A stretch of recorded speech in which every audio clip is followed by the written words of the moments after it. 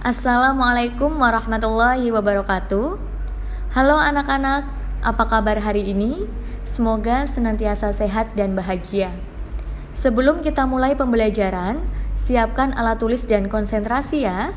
Dan jangan lupa berdoa supaya ilmu yang kita dapatkan bermanfaat. Anak-anak, pada pembelajaran hari ini kita akan membahas atau kita akan belajar mengenai ceramah. Ada yang sudah tahu apa itu ceramah? Untuk mengetahui pengertian dari ceramah, ada beberapa poin yang perlu diperhatikan dan dipahami. Di antaranya, pembicaraan dilakukan di depan umum. Kedua, berisi informasi atau pengetahuan. Yang ketiga, pembicara menguasai materi karena sesuai dengan bidang keahlian yang dimiliki. Kemudian, melibatkan banyak orang. Dan yang terakhir, langsung maupun tidak langsung. Beberapa poin tersebut dapat kita rangkai agar kita tahu pengertian dari ceramah. Selanjutnya, teks ceramah terdiri dari 3 bagian. Yang pertama, teks ceramah terdiri dari pendahuluan ataupun tesis. Tesis atau pendahuluan terletak pada paragraf-paragraf awal. Tesis ini memuat isu dan permasalahan yang akan diangkat serta pandangan umum penulis tentang topik tersebut. Misalnya nih, kita akan membuat teks ceramah tentang COVID-19. Pada bagian ini kita jelaskan hal-hal yang berkaitan dengan COVID-19. Kemudian kita sampaikan pandangan kita terkait COVID-19. Kemudian yang kedua yaitu isi atau rangkaian argumen. Nah, dalam rangkaian argumen ini berisi pendapat-pendapat penulis tentang topik tersebut yang didukung dengan fakta-fakta maupun data. Jadi anak-anak, setelah kita sampaikan pandangan umum kita tentang COVID-19, kita berikan pendapat kita. Misalnya kita berpendapat bahwa COVID-19 di Indonesia harus segera ditangani. Setelah itu kita berikan fakta atau data yang mendukung. Argumen kita berisi ataupun berupa kondisi grafik angka kematian karena COVID-19 atau kita sebutkan jumlah korban meninggal karena COVID-19. Nah, pada bagian yang terakhir ada penutup atau penegasan kembali. Jadi tadi pada bagian awal sudah dijelaskan mengenai pendahuluan. Kemudian yang kedua diisi mengenai pendapat-pendapat, baik pendapat penulis ataupun pendapat ahli. Nah, yang terakhir itu ditutup dengan penegasan ulang atau penegasan kembali terkait pembahasan ataupun topik yang dibahas. Selain struktur, ceramah juga memiliki kaidah kebahasaan loh anak-anak. Yang pertama, kata ganti orang pertama dan kedua. Yang kedua, menggunakan kata teknis atau peristilahan sesuai topik ceramah. Yang ketiga, kata yang menunjukkan hubungan argumentasi. Yang keempat, menggunakan kata kerja mental.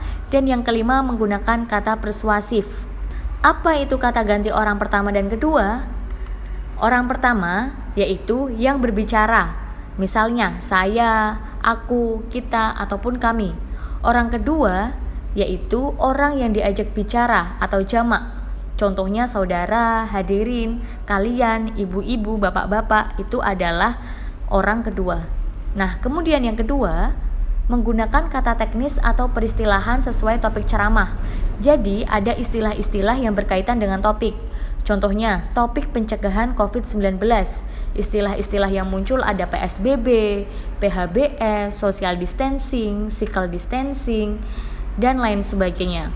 Kemudian, yang ketiga, kaidah kebahasaan, kata yang menunjukkan hubungan argumentasi. Kata yang menunjukkan hubungan argumentasi ini ditandai dengan adanya konjungsi atau kata hubung. Nah, yang pertama ada konjungsi sebab. Konjungsi sebab itu contohnya jika, maka. Nah, kalimatnya, jika kita tidak memakai masker, maka persentase tertular kita akan lebih besar. Yang kedua, sebab, karena akibatnya. Itu adalah konjungsi sebab. Kemudian konjungsi temporal atau waktu.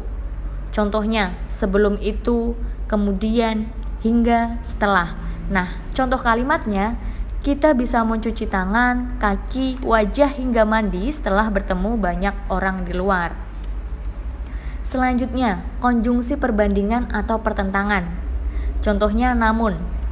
Nah, kalimatnya, Kita memang belum bisa menghentikan penyebaran COVID-19, namun kita bisa mencegah penyebarannya jika kita mematuhi anjuran-anjuran pemerintah. Berbeda halnya, tetapi melainkan itu juga konjungsi perbandingan atau konjungsi pertentangan. Kemudian yang keempat, menggunakan kata kerja mental. Kata kerja mental itu yang seperti apa? Kata kerja mental itu yang mengekspresikan respon terhadap suatu tindakan. Contohnya, diharapkan, berpendapat, mengagumkan, Nah, contoh kalimatnya, saya berasumsi bahwa kesadaran masyarakat terkait bahaya COVID-19 masih minim. Kemudian yang kelima, menggunakan kata persuasif atau kata ajakan atau kata membujuk. Contohnya, hendaklah, sebaiknya, perlu.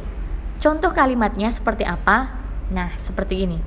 Melihat bahaya COVID-19, hendaklah kita senantiasa menjaga kesehatan dan mematuhi protokol kesehatan. Nah, itu tadi materi mengenai teks ceramah. Jadi, bagaimana? Ada yang ingin ditanyakan? Jika ada yang ingin ditanyakan, jangan lupa langsung komen di kolom komentar ya anak-anak. Nah, anak-anak, kita cukupkan dulu pembelajaran pada hari ini.